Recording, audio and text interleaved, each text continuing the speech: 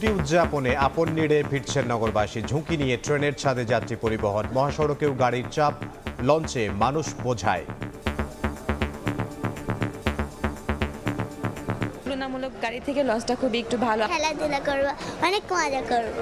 যেভাবে হোক ঈদ করাই লাগবে। ঈদের সময় টিকিটের দাম ডাবল হয়ে যাচ্ছে, ট্রিপল হয়ে যাচ্ছে। বগুড়ায় ট্রেনের 9টি বগি লাইনচ্যুত হয়ে আহত শতাধিক। ট্রেনটা অনেক স্পিডে আসার কারণে এখানে লাইনচ্যুত হয়ে পড়ে গেছে। প্যান্ডেল ক্লিপ সব খোলা, সিগন্যাল দিছে, মিস্ত্রি সাহেব গেছে, সিগন্যাল মানে নাই। সাদে ছিল, তারা হুড়োহুড়ি করে লাভ দেওয়ার পরে কেউ নিহত হয় নাই, তবে আহত হয়েছে অনেকেই। দেখছিলেন প্রধান শিরোনাম, রাতের সময় সঙ্গে আছে আমি ইমদাদুল হক। এবার অন্যান্য শীর্ষ সংবাদ। ঈদুল ফিতরের প্রধান জামাতের জন্য প্রস্তুত হচ্ছে জাতীয় ঈদগাহ, চলছে সাজসজ্জা। পুরাতন বাণিজ্য মেলার মাঠে হবে উত্তর সিটির কেন্দ্রীয় জামাত, হবে না র্যালি। সরকার গঠনের প্রথম মাসেই প্রতিশ্রুতি পূরণের চমক, প্রধানমন্ত্রীর উদ্যোগে খুশি সাধারণ মানুষ। প্রকল্পে স্বচ্ছতা নিশ্চিতের তাগিদ, সব দলকে সহযোগিতার পরামর্শ। দক্ষতার সঙ্গে নানা সংকট মোকাবিলা করছে সরকার, বাড়েনি জ্বালানি তেলের দাম, পরিশোধ হয়েছে কারখানার বেতন। চলতি বছরই স্থানীয় নির্বাচনের ঘোষণা বিএনপি মহাসচিবের। এই মশার কারণে আমরা না ঘুমাইতারি না খাইতারি, কামড়াইলের সাথে সাথে গুড়ার মতো হয়ে যায়। মনে করেন মশা পান আমাকে আলগায় নিয়ে যায়। বর্ষায় অতিষ্ঠ রাজধানীবাসী, বর্ষায় পরিস্থিতি আরও নাজুক হওয়ার শঙ্কা। নিয়ন্ত্রণে তৎপরতা না থাকার অভিযোগ, মানতে নারাজ 2 সিটি কর্পোরেশন। এবং লারিজানির জানাজায় ইরানে মানুষের ঢল, হত্যার প্রতিশোধ নিতে ইসরায়েল জুড়ে ব্যাপক হামলা। ইরাক কুয়েতের মার্কিন স্থাপনা আক্রমণ, তেল আবিবের আঘাত অব্যাহত।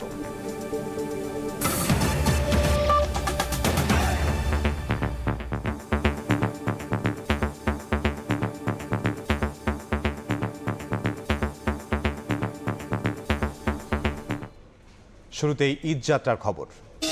প্রিয়জনের সঙ্গে ছুটি উদযাপনে আপন নিড়ে ফিরছেন নগরবাসী। রেল, সড়ক ও নৌপথে ঘরমুখী মানুষের ভিড়। ঝুঁকি নিয়ে ট্রেনের ছাদে চেপে যাত্রা করেন অনেকে। যাত্রী বোঝাই করে ছাড়েন লঞ্চ, মহাসড়কেও বেড়েছে গাড়ির চাপ।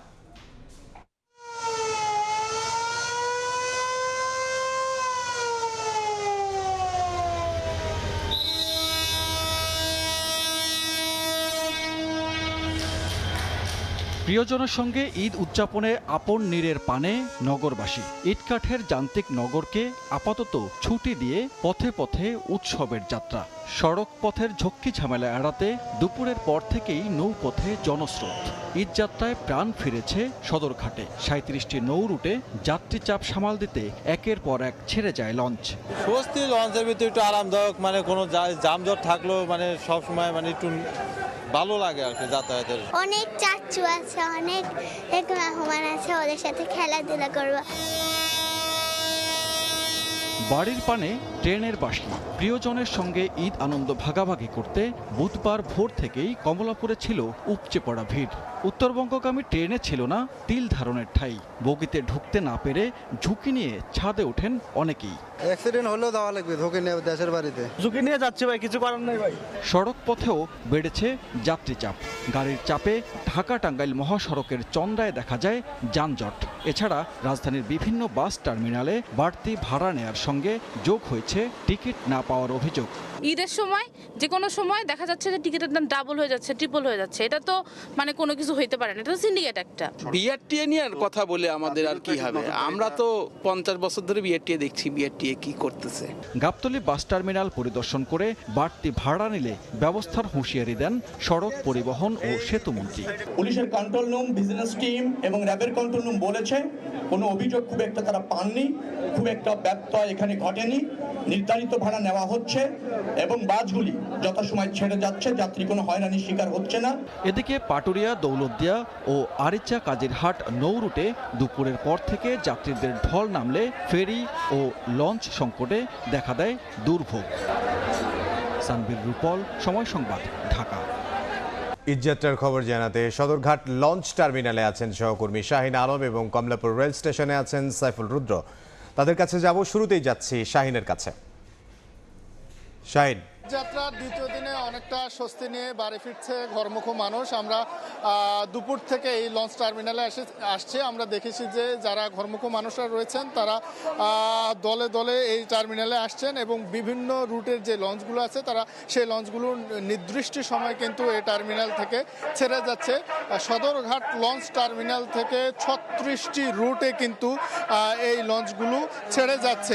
পাশাপাশি এখন পর্যন্ত অনেক লঞ্চ এই ঘাটে আছে। এই লঞ্চগুলো ধাপে ধাপে কিছুক্ষণ পর এই টার্মিনাল থেকে ছেড়ে যাবে। আমরা সন্ধ্যার ঠিক কিছুক্ষণ আগে আমরা এই লঞ্চ টার্মিনালে একটি দুর্ঘটনা আমরা দেখেছি, যেখানে একটি লঞ্চের পিছন থেকে আরেকটি লঞ্চের সাথে ধাক্কা দেওয়ার ঘটনা ঘটেছে।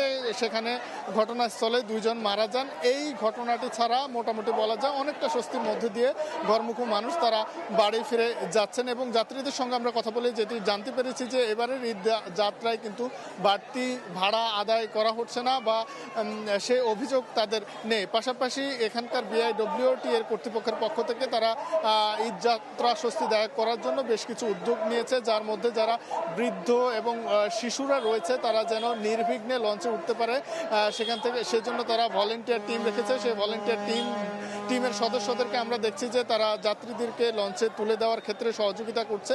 পাশাপাশি এই লঞ্চ টার্মিনালের উপর চাপ কমানোর জন্য কিন্তু এখানকার কর্তৃপক্ষ তারা 2টি অতিরিক্ত ঘাট সৃষ্টি করেছে। একটি হচ্ছে মোহাম্মদপুরের বসিলায়, আরেকটি ঘাট তারা সৃষ্টি করেছে কাঞ্চন ব্রিজ সংলগ্ন আরও একটি ঘাট তারা সৃষ্টি করেছে। এই কারণে কিন্তু বলা যায় যে অন্যান্য বারের তুলনায় সদরঘাট লঞ্চ টার্মিনালে যে চাপ সেটি কিছুটা কম এবং যারা এই টার্মিনালে আসছেন তারা কিন্তু এখান থেকে তারা তাদের গন্তব্যে উদ্দেশ্যে রওনা করছেন। পাশাপাশি যদি বলা যায় যে এইবারের ঈদযাত্রা কিছু বিচ্ছিন্ন ঘটনা ছাড়া অনেকটাই স্বস্তিদায়ক। আমরা ঈদযাত্রার আরও খবর জানবো কমলাপুর থেকে বিভিন্ন গন্তব্যে যাচ্ছে ট্রেনগুলো। সেখানে আছেন আমাদের সহকর্মী সাইফুল রুদ্র। কমলাপুর রেল স্টেশনে আমরা দেখতে পেয়েছি জনস্রোত, একেবারে জনস্রোত দেখেছি আমরা। কমলাপুর রেল স্টেশনে প্রবেশ পথ থেকে শুরু করে যতগুলো গেট ছিল সবগুলো গেট খুলে দিতে হয়েছে। এত পরিমাণে মানুষ নারীর টানে গ্রামমুখী যারা ফিরে যাচ্ছেন। আপনাদেরকে এই মুহূর্তের চিত্র দেখাই। আপনারা দেখতে পাচ্ছেন যে ট্রেনে ভেতরে তিল ধারণের ঠাঁই নেই। যাত্রীরা সবাই নারী পুরুষ নির্বিশেষে যে যেভাবে পারছেন তারা কেউ ট্রেনের ছাদে উঠেছেন, কেউ ট্রেনের ভেতরে, কেউ দরজার সামনে, যেভাবে পেরেছেন ট্রেনে ঠাঁই নিচ্ছেন, ট্রেনে উঠতে চেষ্টা করছেন। এখনও দেখেন অনেক মানুষ দৌড়ে আসছেন, অথচ পুরো ট্রেন জুড়ে কোথাও তিল ধারণের ঠাঁই নেই। যাত্রীরা যে দাঁড়াবেন সেই জায়গাটুকু পর্যন্ত নেই। একেবারে ঝুঁকি নিয়ে আমরা এর আগের ট্রেনটাতে দেখেছি কুড়িগ্রাম এক্সপ্রেস, যেটি ঢাকা থেকে উত্তরবঙ্গের উদ্দেশ্যে ছেড়ে গেছে। সেই ট্রেনে আমরা দেখেছি যে কী পরিমাণ যাত্রী বৃষ্টিতে ভিজে একেবারে বৈরী আবহাওয়াকে একেবারে মাথার উপর নিয়ে, ঝড় বৃষ্টিতে মাথায় নিয়ে তারা গ্রামের দিকে ছুটছেন। তো একেবারে ঝুঁকিপূর্ণ এই যাত্রায় আমরা রেলওয়ের কাছেও জানতে চাই যে কেন তারা যাত্রীদেরকে একেবারে এমন ঝুঁকির মধ্যে ফেলে দিলেন যে নারী পুরুষ নির্বিশেষে সবাই যেখানে যেভাবে পারছেন ট্রেনের ছাদে চড়ে যে তারা বাড়ি ফিরছেন এবং এই বৈরী আবহাওয়ায় বৃষ্টিতে ভিজে যে কোনো ধরনের দুর্ঘটনার মুখে তারা পড়তে পারেন। কিন্তু রেলওয়ের পক্ষ থেকে যেটা বলছেন যে তাদেরকে তারা কোনোভাবেই আটকাতে পারেননি। আর একটি আপনারা জেনেছেন এর মধ্যে যে বগুড়ার সান্তাহারে একটি দুর্ঘটনা ঘটেছে, যেখানে 9টি বগি লাঞ্ছিত হয়েছে। সেটা উদ্ধারের কাজ চলছে এখন পর্যন্ত। পার্বতীপুর এবং ঈশ্বরদী থেকে 2টি উদ্ধারকারী ক্রেন সেখানে গেছে এবং উদ্ধার কাজ শেষ হওয়া মাত্রই উত্তরবঙ্গের যে 5টি জেলার সঙ্গে ট্রেন যোগাযোগ বিচ্ছিন্ন ছিল সেই যোগাযোগটি তারা আবার চালু করতে পারবেন। এখন পর্যন্ত এই ছিল কমলাপুর রেল স্টেশন থেকে আমার কাছে থাকা এই মুহূর্তের সবশেষ খবরাখবর। ঘরমুখো মানুষের খবর আমাদেরকে জানাচ্ছিলেন কমলাপুর রেল স্টেশন থেকে সহকর্মী সাইফুল রুদ্র এবং এর আগে সদরঘাট থেকে যোগ দিয়েছিলেন সহকর্মী শাহিন আলম। এদিকে ঢাকা থেকে নীলফামারী যাওয়ার পথে বগুড়ায় নীলসাগর এক্সপ্রেসের 9টি বগি লাইনচ্যুত হয়েছে। এতে আহত হয়েছেন শতাধিক যাত্রী। ঢাকার সঙ্গে উত্তরাঞ্চলের 7 জেলার যোগাযোগ বন্ধ রয়েছে। লাইনচ্যুত বগি উদ্ধারে কাজ চলছে।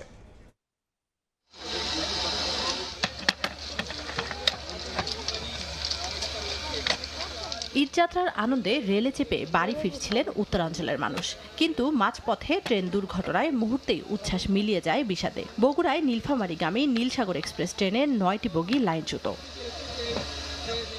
ঢাকা থেকে সকালে ছেড়ে যাওয়া এক্সপ্রেস ট্রেনটি সান্তাহারের তিলকপুরে পৌঁছালে হঠাৎ একে একে 9টি বগি লাইনচ্যুত হলে শতাধিক যাত্রী আহত হন। এমন বিকট শব্দ, আমরা দৌড়ে আসছি, আর দেখি ধুলা অন্ধকার। যারা সাদে ছিল তারা হুড়োহুড়ি করে লাফ দেওয়ার পরে স্থানীয়রা বলছে, মঙ্গলবার রাতে ওই এলাকায় রেল লাইনের 6 ইঞ্চি ফাটল দেখা যায়। রেলওয়ে সংশ্লিষ্ট দপ্তরে জানানো হলে বেশ কয়েকজন কর্মী ফাটল ধরা ওই স্থানে মেরামত কাজ করছিলেন। সতর্কতামূলক ব্যবস্থার জন্য প্রতিটি ট্রেনকে দেওয়া হচ্ছিল সিগন্যাল, কিন্তু নীলসাগর এক্সপ্রেস ওই সিগন্যাল অমান্য করায় এই দুর্ঘটনা। এখানে ট্রেনটা ধীরে যাওয়ার কথা ছিল, কিন্তু ট্রেনটা অনেক জোরে আসছে, আসার কারণে দুর্ঘটনা ঘটছে। রেলওয়ে বলছে, দুর্ঘটনার কারণে ঢাকার সঙ্গে বগুড়া ও রংপুর সহ উত্তরাঞ্চলের 7 জেলায় রেল যোগাযোগ বন্ধ রয়েছে। আমাদের 4টা ইউনিটে টোটাল 47 জন ভিকটিমকে রেস্কিউ করে ফার্স্ট এইড দিয়ে আমরা নওগাঁ সদর হসপিটালাইজ করেছি। 4 জনের তদন্ত টিম হয়েছে, chief engineer, chief signal engineer, chief mechanical engineer আর চিফ অপারেটিং সুপারিনটেন্ডেন্ট। পাবনার ঈশ্বরদী থেকে উদ্ধারকারী ট্রেন পৌঁছেছে ঘটনাস্থলে। শুরু হয়েছে নীলসাগর এক্সপ্রেসের উদ্ধার অভিযান। এ ঘটনায় এখনও ঢাকাগামী পঞ্চগড় এক্সপ্রেস ও রাজশাহীগামী তিতুমির এক্সপ্রেস আটকে আছে। এছাড়া সান্তাহার জংশনে উত্তরাঞ্চলগামী 2টি ট্রেনও ছেড়ে যেতে পারেনি। সময় সংবাদ, বগুড়া। রাতের সময় আরও থাকছে। চট্টগ্রাম বন্দরে এলপিজি এলএনজি বাহী আরও 5টি জাহাজ। মধ্যপ্রাচ্যে যুদ্ধ শুরুর পর 14 দিনে দেশে এসেছে 24 জ্বালানিবাহী জাহাজ। চলছে খালাস। মাসেই নির্বাচনী প্রতিশ্রুতি পূরণের চমক বিএনপির। প্রধানমন্ত্রীর উদ্যোগে খুশি সাধারণ মানুষ। বিশ্লেষকরা বলছেন, অতীতের মতো বড় বড় প্রকল্পের নামে দুর্নীতি স্বজনপ্রীতি না হলে সফল হবে তারেক রহমানের সরকার। হাসান ওয়ালি জানাচ্ছেন বিস্তারিত।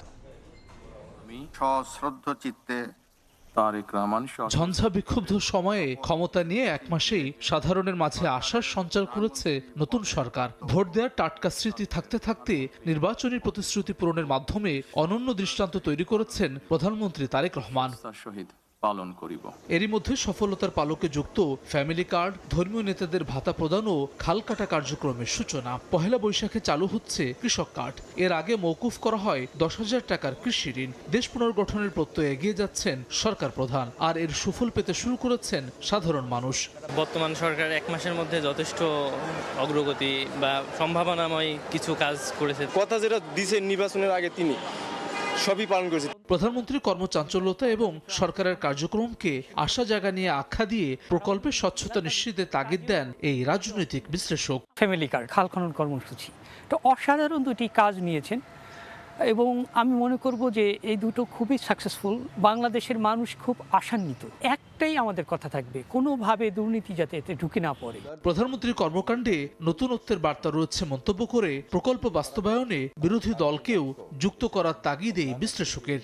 ইতিমধ্যেই যে কাজগুলো তিনি শুরু করেছেন এগুলো তার নির্বাচনী ইশতেহারই আছে যে তিনি ধাপে ধাপে সেগুলো বাস্তবায়ন করবেন। বিরোধী দলের যারা জনপ্রতিনিধি আছেন, জনগণ দ্বারা যারা নির্বাচিত হয়েছেন, তাদেরকেও এই মহতি কাজের সাথে সংশ্লিষ্ট করে এই কাজগুলো বাস্তবায়ন। জনতার কাছে ছুটে যাওয়া, প্রটোকলবিহীন পথ চলা, সব মিলিয়ে এখনো সফলতার পাল্লা ভারী সরকারের। আগামীতেও ধারাবাহিকতা রক্ষার তাগিদ বিশ্লেষকদের। হাসান ওয়ালি, সময় সংবাদ, ঢাকা। এ নিয়ে আলোচনার জন্য স্টুডিওতে আছেন সহকর্মী আব্দুল্লাহ শাফি। আব্দুল্লাহ শাফি, আপনাকে স্বাগত জানাচ্ছি। শুরুতেই আপনার কাছে যে বিষয়টি জানতে চাইব যে সরকারের মাসখানেকের কিছুদিন বেশি হয়েছে, আপনি কিভাবে পুরো বিষয়টা মূল্যায়ন করবেন? আমরা প্রতিবেদনে দেখলাম ফ্যামিলি কার্ড দেয়া হয়েছে এবং কৃষক কার্ডও দেয়া হবে, খালখাটা কার্যক্রম শুরু হয়েছে। একটু যদি মূল্যায়নটা আপনি জানাতেন যে কিভাবে আসলে মূল্যায়ন করবেন। এটাকে আপনি অ্যামেজিং স্টার্টআপ বলতে পারেন, যে হচ্ছে একটা সরকার যখন গঠন হলো এবং তার যে নির্বাচনী প্রতিশ্রুতি ছিল যে মানুষের জন্য তার যে সমস্ত প্রতিশ্রুতি দিয়েছিল যে কি কি কাজ তারা করবেন মানুষের জন্য, তার একটা স্টার্টআপ শুরু করেছেন এই যে তারেক রহমানের সরকার। তিনি যে প্রথম যে সবচেয়ে তার যে বড় প্রতিশ্রুতি ছিল ফ্যামিলি কার্ড, সেটি ইতিমধ্যে 37,000 পরিবারের কাছে তিনি পৌঁছে দিয়েছেন। এবং একই সঙ্গে তার সবচেয়ে বড় আরেকটা কাজ যেটি ছিল সেটি হচ্ছে খাল খনন কর্মসূচি। ইতিমধ্যে তিনি 5-6টি খুব জনবান্ধব কর্মসূচির মধ্যে 5টি কর্মসূচি তিনি সফল করেছেন এবং একটি কর্মসূচি অর্থাৎ কৃষক কার্ড পহেলা বৈশাখ থেকে তিনি দেবেন। আমরা একটু দেখে আসি যে কি তিনি যে দেখেন যে ফ্যামিলি কার্ড, ধর্মীয় নেতাদের ভাতা, খাল খনন কর্মসূচি ও কৃষি ঋণ মওকুফ, বৈশাখের শুরুতে কৃষক কার্ড বিতরণ, 4টা বড় বড় কাজ কিন্তু ইতিমধ্যে তিনি শুরু করে দিয়েছেন। আর একটি যেটি কৃষক কার্ড শুরু হবে। আমি যদি একটু খাল খনন কর্মসূচি নিয়ে বলি, অন্যান্য প্রত্যেকটা জিনিসেই কিন্তু এই খাল খনন কর্মসূচির সঙ্গে জড়িত, কারণ এই একটা জিনিসের মধ্য দিয়ে কিন্তু সারা বাংলাদেশকে একবারে তৃণমূলে মানুষের কাছে পৌঁছে দেওয়া যায়। কারণ স্বাধীনতার আগে কিন্তু আপনি যদি দেখেন যে 24,000 মানে নৌপথ ছিল বাংলাদেশে, কিন্তু স্বাধীনতা পরবর্তী সময়ে নানা অনিয়ম, পলি ভরাটের কারণে, বালি ভরাটের কারণে সেটা কিন্তু এখন ঠিক এই মুহূর্তে আছে 4,000, এবং সেটা বর্ষা মৌসুমে 6,000 হয়। তার মানে দেখেন বড় একটা গ্যাপ। যদি এটা 5 বছরে সফল করতে পারে সরকার, তাহলে 520টির মতো প্রায় যেগুলো হচ্ছে নদী ভরাট হয়ে গিয়েছিল, হারিয়ে গিয়েছিল, সেগুলো পুনরুদ্ধার হবে, সেগুলোতে আবার জলপ্রবাহ নিশ্চিত করা হবে, এবং সেগুলো কিন্তু একবারে মানুষের খেতে খামারে ফসলি জমির কাছে চলে যাবে খাল বিল দিয়ে। উপকারিতাটা কি? উপকারিতা এর ফলে যেটা হবে, ফসল বাড়বে, কিন্তু আপনি কিন্তু ফসল বাড়বে। একই সঙ্গে দেখেন যে এই যে খাল খনন কর্মসূচির মধ্যে, অর্থাৎ প্রতি কিলোমিটার খালের মধ্যে কিন্তু 20 লক্ষ অন্তত, বিআইডব্লিউটিএ বলছে অন্তত 20 লক্ষ টাকা তারা বরাদ্দ দিয়েছে। এইটা যদি হিসাব করেন তাহলে 5 বছর প্রায় 4,000 কোটি টাকার একটা প্রকল্প এটা। তো সেই জায়গায় এখানে দেখেন সরকার কিন্তু এক্সকাভেটর দিয়ে করছে না, প্রযুক্তি দিয়ে কাজটা করছে না, সাধারণ মানুষকে জনসম্পৃক্ত করছে। এর ফলে এই টাকাটাও কিন্তু সাধারণ মানুষের কাছে যাবে একেবারে। তার মানে প্রত্যেকটা কর্মসূচি কিন্তু একেবারে জনগণকে কেন্দ্র করে তারা এই কাজগুলো করছেন।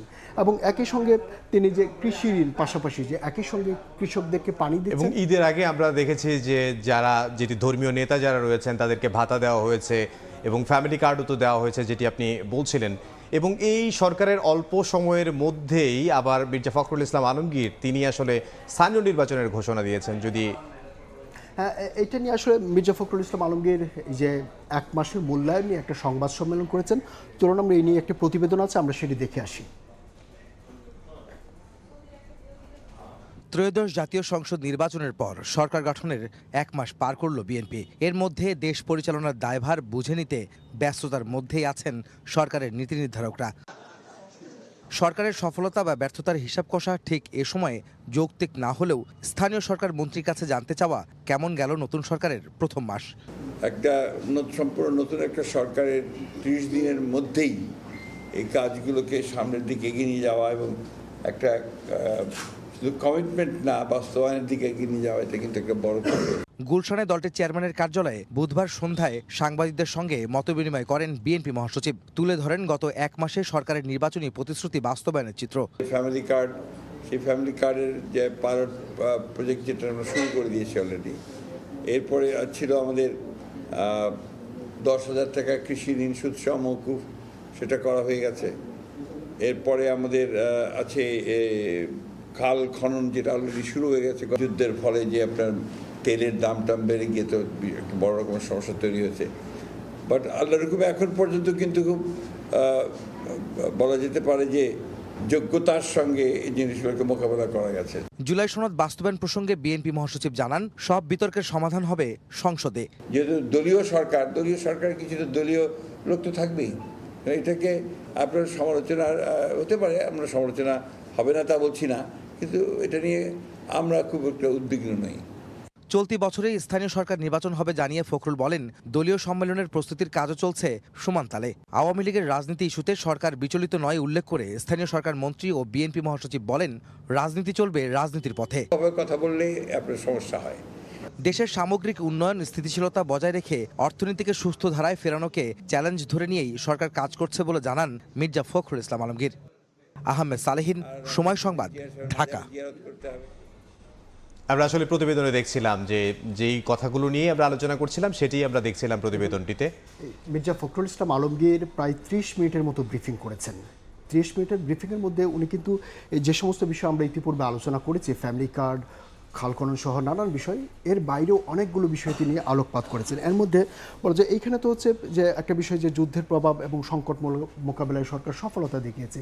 কারণ এই ধরনের সিচুয়েশনে সবসময় যেটি হয়, আমাদের দেশের মতো রাষ্ট্রগুলোতে হয়তো তেলের দাম হঠাৎ করে বৃদ্ধি হয়ে যায়, প্রভাবটা তাড়াতাড়ি পড়ে, খুব দ্রুত পড়ে। কিন্তু সরকার কিন্তু খুব চৌকস বুদ্ধিমত্তার পরিচয় দিয়েছে, চৌকসের সঙ্গে এটা মোকাবেলা করেছে। এবং আরেকটা বিষয় হচ্ছে যে অর্থনীতিকে সুস্থ ধারায় ফেরানোর সবচেয়ে বড় চ্যালেঞ্জ তিনি উল্লেখ করেছেন। এবং এইটার জন্য যে সরকার যে উদ্যোগগুলো নিয়েছে সেগুলোর ব্যাপারে তিনি বলেছেন যে ব্যাংক খাতকে কীভাবে সংস্কার করা হচ্ছে এবং নতুন একজন গভর্নর নিয়োগ করা হয়েছে। তারা এই বিষয়গুলোকে মানে ক্ষুদ্র ঋণ, সাধারণ মানুষের কাছে টাকা পয়সা যাওয়া আসা, এর মাধ্যমে অর্থনীতিকে চাঙ্গা করা যায় কিভাবে সেটি আসলে সেই বিষয়ে আলাপ করেছেন। আরও একটি বিষয় তিনি বলেছেন যে জিওপলিটিক্যালি বাংলাদেশও কিছু চ্যালেঞ্জের মুখে আছে। এর মধ্যে তিনি খুব স্পেসিফিকলি বলেছেন যে দেশের বাইরে থেকে পতিত ফ্যাসিস্ট তারা হচ্ছে সরকারের বিরুদ্ধে তারা অর্গানাইজ হওয়ার চেষ্টা করছে। তবে এই ক্ষেত্রে সরকারের যে ভূমিকা সেটি খুব তাদেরকে সফলতার সঙ্গে এটা মোকাবেলা করার চেষ্টা চলছে। তবে এর বাইরে বিষয় যেটি ঈদের আগে আমরা দেখেছি যে পোশাক শ্রমিক যারা রয়েছে তাদের বেতন ভাতা বোনাস এগুলো নিয়ে তারা আন্দোলনে নামে, মাঠে নামে। এবার কিন্তু সেরকম কিছু দেখা যায়নি, খুব সফলভাবেই সেটা। এক্স্যাক্টলি মানে পোশাক শ্রমিকদের যে আন্দোলন, এটা বাংলাদেশের এটা মনে হতো যে ঈদের সময় একটা কালচারে পরিণত হয়েছিল, পোশাক শ্রমিকরা মাঠে নামবে, রাস্তা বন্ধ করবে। কিন্তু এইবার কিন্তু শুরু থেকেই এই যে পোশাক শিল্প বান্ধব অনেক গভর্নর কিন্তু একজন পোশাক শিল্প ব্যবসায়ী। সেই কারণে এই পোশাক শ্রমিকদেরকে কিভাবে কন্ট্রোল নিয়ন্ত্রণে রাখা যায় সেটা দক্ষতার সঙ্গে তিনি কিন্তু এই সরকার কিন্তু মোকাবেলা করেছে। বলা যায় যে 1 মাস মির্জা ফখরুল ইসলাম আলমগীর যেটা বলেছেন যে এটা তো সবই শুরু, এই শুরুটা খুব সুন্দর। Morning shows the days. আশা করা যায় যে হয়তো যদি সুশাসন নিশ্চিত করা যায় তাহলে হয়তো একটা সুন্দর দিন আমরা দেখতে পাবো। জি, যেভাবে চলছে এই ধারাটা যদি অব্যাহত থাকে তাহলে একটা নতুন বাংলাদেশ আমরা দেখতে পাবো, যেই প্রতিশ্রুতিটা বিএনপি মহাসচিব এবং বিএনপি চেয়ারম্যান তারেক রহমান তারা দিয়েছেন এবং বিএনপির ঊর্ধ্বতন নেতৃবৃন্দ যারা রয়েছেন তারা দিয়েছেন নির্বাচনী মাঠে। তার প্রতিফলন 1 মাসে আমরা দেখেছি এবং পুরো মেয়াদে আমরা আসলে সেটি দেখতে চাই। আপনাকে অসংখ্য ধন্যবাদ আমাদের সঙ্গে যোগ দেওয়ার জন্য। আপনাকে অসংখ্য ধন্যবাদ। সহকর্মী আব্দুল্লাহ শাফি আমাদের সঙ্গে যোগ দিয়েছিলেন। দেখছেন রাতের সময়, সঙ্গেই থাকুন। ঈদ উল ফিতরের প্রধান জামাতের জন্য প্রস্তুত হচ্ছে জাতীয় ঈদগাহ ময়দান। চলছে শেষ মুহূর্তের সাজসজ্জার কাজ। সকাল 8টায় ঈদের প্রধান জামাতে প্রধানমন্ত্রী সহ অংশগ্রহণ করবেন রাষ্ট্রের অন্যান্য গুরুত্বপূর্ণ ব্যক্তিরা। ঢাকা দক্ষিণ সিটি কর্পোরেশন বলছে এদিনের জামাতে প্রায় 35,000 মুসল্লি অংশগ্রহণ করতে পারবেন। আগারগাঁওয়ে পুরনো বাণিজ্য মেলার মাঠে হবে উত্তর সিটি কর্পোরেশনের কেন্দ্রীয় ঈদ জামাত। রাতের সময় আরও থাকছে। সৌদি আরবে দেখা যায়নি পবিত্র শাওয়াল মাসের চাঁদ। মধ্যপ্রাচ্যের দেশগুলোতে ঈদ উল ফিতর 20 মার্চ।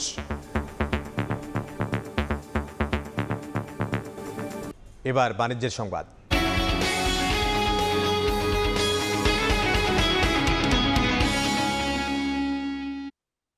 মধ্যপ্রাচ্য সংঘাতে হরমুজ প্রণালী বন্ধ থাকার পরও জ্বালানি তেল ও এলএনজি নিয়ে আরও 5টি জাহাজ ভিড়েছে চট্টগ্রাম বন্দরে। সকাল থেকে শুরু হয়েছে খালাস। চট্টগ্রাম বন্দরের ডলফিন জেটিতে একে একে ভিড়ল জ্বালানিবাহী 3টি জাহাজ। বুধবার সকাল 8টা থেকে শুরু হয় জাহাজে করে আমদানিকৃত জ্বালানি টার্মিনালে পাঠানো। জ্বালানি তেলের খালাস এবং সরবরাহ নিরাপত্তার নিশ্চিতে মোতায়েন রয়েছে বাংলাদেশ নৌবাহিনী। বাকি 2টি জাহাজ রয়েছে বন্দরের বহির্নোঙরে। হাই সালফার ফুয়েল অয়েলবাহী জাহাজ লেডি অফ ডোরিয়া এবং এসসি গোল্ড ওশান নামের জাহাজ দুটি সিঙ্গাপুর থেকে আসলো। এলএনজিবাহী প্রাচীনামী জাহাজটি এসেছে অস্ট্রেলিয়া থেকে। মূলত সমুদ্রগামী জাহাজে বিক্রির পাশাপাশি বিদ্যুৎ কেন্দ্রের জ্বালানি হিসেবে ব্যবহারের জন্য আনা হয়েছে high sulphur fuel oil. Chittagong বন্দরে মার্চ মাসের শুরু থেকে এ পর্যন্ত প্রায় 18টি জাহাজ, জ্বালানিবাহী জাহাজ, তাদের মালামাল খালাস করে চলে গেছে এবং বর্তমানে এই মুহূর্তে আমাদের আউটার অ্যাঙ্কারেজ সহ বন্দরের জলসীমায় 5টি জাহাজ তাদের জ্বালানি কার্গো আনলোডিংয়ের কাজ করছে। অবশ্য আগামী 20 থেকে 23 মার্চের মধ্যে চট্টগ্রাম বন্দরে আসবে অ্যাঙ্গোলা থেকে এলএনজিবাহী জাহাজ, সেনেগাল বেঙ্গোলিয়া, ওমানের এলপিজিবাহী জাহাজ বিউক বুরনহাম এবং মালয়েশিয়ার মর্নিং জান। এছাড়া বেস ওয়েল নিয়ে এবি অলিভিয়া জাহাজটি আসবে থাইল্যান্ড থেকে। মধ্যপ্রাচ্য যুদ্ধের এই অস্থির সময়ে জ্বালানি তেল সংগ্রহ করা এবং সেই জ্বালানি তেল বাংলাদেশে এনে খালাস এবং সারা দেশে সরবরাহ ব্যবস্থা স্বাভাবিক রাখা এখন কঠিন চ্যালেঞ্জ। এর সব কিছুতেই উত্তরণ ঘটছে বাংলাদেশ। বিভিন্ন দেশ থেকে সংগ্রহ করছে জ্বালানি তেল এবং খালাস হচ্ছে বন্দরের উপকূলীয় এলাকায়। চট্টগ্রাম বন্দরের ডলফিন জেটি থেকে কমল দে, সময় সংবাদ। বিগত ফ্যাসিস্ট শাসন আমলে গুম খুনে জড়িতদের বিচার দেশের মাটিতে করা হবে বলে হুঁশিয়ারি উচ্চারণ করেছেন মুক্তিযুদ্ধ বিষয়ক প্রতিমন্ত্রী ইশাক হোসেন। আর গুমের শিকার ব্যক্তিদের মূল্যায়ন করার সময় এসেছে বলে জানান সড়ক পরিবহন, সেতু ও রেলপথ মন্ত্রণালয়ের প্রতিমন্ত্রী হাবিবুর রশিদ হাবিব। বিকেলে রাজধানীর নয়াপল্টনে বিএনপির কেন্দ্রীয় কার্যালয়ে ঢাকা মহানগর দক্ষিণ ছাত্রদলের উদ্যোগে গুম খুন ও জুলাই আন্দোলনে শহীদ পরিবারের সদস্যদের মধ্যে প্রধানমন্ত্রীর পক্ষ থেকে ঈদ উপহার বিতরণ অনুষ্ঠানে একথা বলেন তারা। গুম খুনের শিকার পরিবারের দায়িত্ব সরকার নেবে বলেও আশ্বস্ত করেন তারা। আমাদের এই গুম পরিবারের যারা সদস্যরা রয়েছেন এই মুক্তিযুদ্ধ বিষয়ক মন্ত্রণালয়ের পক্ষ থেকে যাতে তাদের পুনর্বাসনের জন্য উদ্যোগ নেওয়া হয় এবং সেই ধরনের কার্যক্রম হাতে নেওয়া হয়। আপনাদেরকে কথা দিচ্ছি এই প্রত্যেকটি গণহত্যা এবং গুম খুনের যারা পিছনে যারা দায়ী তাদের অবশ্যই বাংলাদেশের মাটিতে বিচার করা হবে ইনশাআল্লাহ। তাদের যে বলিদান, তাদের যে আত্মত্যাগ, এদের মূল্যায়ন করার সময় এসেছে। আজকে যে কারণে তারা দেশকে ভালোবেসে, দলকে ভালোবেসে তার যে আত্মত্যাগ করেছে, আজকে আমাদের দল হিসাবে, রাষ্ট্র হিসাবে আমাদের উচিত তাদের সেই আত্মত্যাগের সঠিক মূল্যায়ন করা, তাদের পরিবারের পাশে থাকা। এবার ঈদ কেনাকাটার খবর। এই মুহূর্তে জমজমাট ঈদ কেনাকাটা। এই মুহূর্তে রাজধানীর ইস্টার্ন মল্লিকায় আছেন ফারিয়া ফারুকি, সরাসরি যাব তার কাছে। আর 2 থেকে 1 দিন বাদেই ঈদ, তাই ঈদকে কেন্দ্র করে এখন এই বিপণী বিতানগুলোতে চলছে একদমই শেষ মুহূর্তের কেনাকাটা। আমি এখন বর্তমানে আছি ঢাকার ইস্টার্ন মল্লিকা শপিং কমপ্লেক্সে। এই কমপ্লেক্সে মোটামুটি এক ছাদের নিচে সব কিছু পাওয়া যায়, তাই ক্রেতাদের একটা বড় আকর্ষণের জায়গা থাকে এই শপিং মলগুলো। এই শপিং মলটাতে আজকে যেহেতু শেষ মুহূর্তের কেনাকাটা চলছে, বেচা কেনার জন্য বিক্রেতারাও এখন ডিসকাউন্টে তাদের যে শেষ মুহূর্তের বেচাকেনা সেগুলো চালাচ্ছে। এবং এই শপিং মলটাতে আইন শৃঙ্খলা রক্ষাকারী বাহিনীও নিয়োজিত আছে, যেন যেহেতু লোকের লোকারণ্য এই শপিং কমপ্লেক্স, তাই যেন কোনো রকমের নিরাপত্তা ঘটিত কোনো রকমের সমস্যা এখানে দেখা না যায়। আমরা জানি আজকে সন্ধ্যার পর থেকে বেশ কয়েকবার ধাপে ধাপে বৃষ্টি কিছুটা আমাদের এখানকার যে জনসমাগম বা লোকের ক্রেতাদের ভিড় সেটাকে কিছুটা বিঘ্নিত করেছে, কিন্তু তবুও শেষ মুহূর্তের বেচাকেনা যে একবারেই নেই তা কিন্তু নয়। যারা আসলে এতদিন কর্মব্যস্ততার কারণে কোনো রকমভাবেই তাদের কেনাকাটা করতে পারেনি, তারা এখন শেষ মুহূর্তের কেনাকাটাগুলো করছে। আমরা পুরো শপিং কমপ্লেক্স ঘুরে যেটা দেখেছি যে জামা কাপড়ের তুলনায় অন্যান্য যে জিনিসগুলো যেরকম চুড়ি ফিতা গহনা সেগুলোতে এখন দোকানে লোকের ভিড় বেশ কিছুটা চোখে পড়েছে আমাদের কাছে। যেহেতু সরকারি ছুটি সেহেতু অনেকেই মধ্যেই রাজধানী ছেড়েছে, তাই রাজধানীতে এখন কিছুটা স্বস্তিতে, যারা রাজধানীতে আছে তারা কিছুটা স্বস্তিতে তাদের যে কেনাকাটা সেই কেনাকাটাগুলো চালিয়ে যেতে পেরেছে। তবুও আমরা যতটুকু কথা বলে জানতে পেরেছি যে গত দুদিনের থেকে এখানে আজকে কিছুটা হলেও ভিড় কম, তবুও যারা শেষ মুহূর্তের কেনাকাটা করছেন তারা এখনও জমা হচ্ছেন এখানে। এই ছিল আমার কাছে রাজধানীর ঈদ কেনাকাটার শেষ। সৌদি আরবে শাওয়ালের চাঁদ দেখা যায়নি, তাই মধ্যপ্রাচ্যের দেশগুলোতে আগামী 20 মার্চ ঈদ উল ফিতর অনুষ্ঠিত হবে। বুধবার স্থানীয় সময় সন্ধ্যায় দেশটির বিভিন্ন পর্যবেক্ষণ কেন্দ্রে চাঁদ দেখার জন্য কমিটির বৈঠক অনুষ্ঠিত হয়। দাম্মাম, মক্কা, মদিনা সহ দেশের বিভিন্ন অবজারভেটরি সূর্যাস্তের পর আকাশ পর্যবেক্ষণ করা হয়, তবে কোথাও শাওয়াল মাসের চাঁদের দেখা মেলেনি।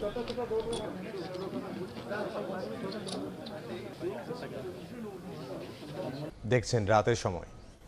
দেশের বাইরের খবর। ইরানের নিরাপত্তা পরিষদের প্রধান আলী রারিজানি ও বাসিজ বাহিনীর কমান্ডার গোলাম রেজা সোলাইমানির জানাজা অনুষ্ঠিত হয়েছে। তাদের শেষ বিদায় জানাতে তেহরানের রাস্তায় নামেন হাজার হাজার মানুষ। লারিজানির হত্যার প্রতিশোধ নিতে ইসরায়েল জুড়ান। এখন পর্যন্ত 2 জন নিহত হয়েছে। একই সঙ্গে ইরাক, কুয়েত, সংযুক্ত আরব আমিরাত, বাহরাইনেও মার্কিন স্থাপনা লক্ষ্য করে আক্রমণ চালানো হয়।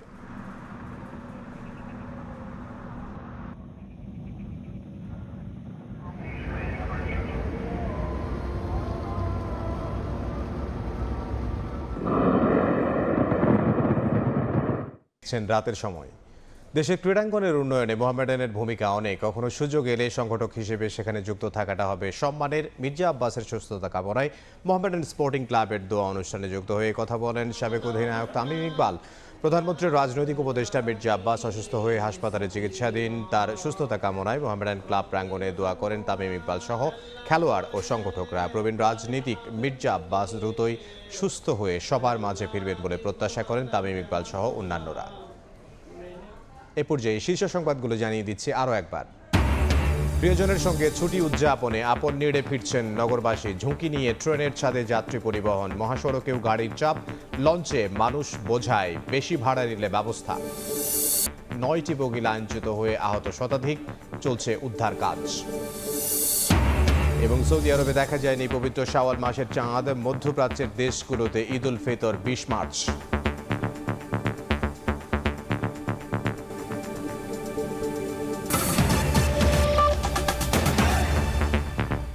এই ছিল রাতের সময়। এরপর দেখবেন সম্পাদকীয়। সঙ্গে থাকুন সময়ের।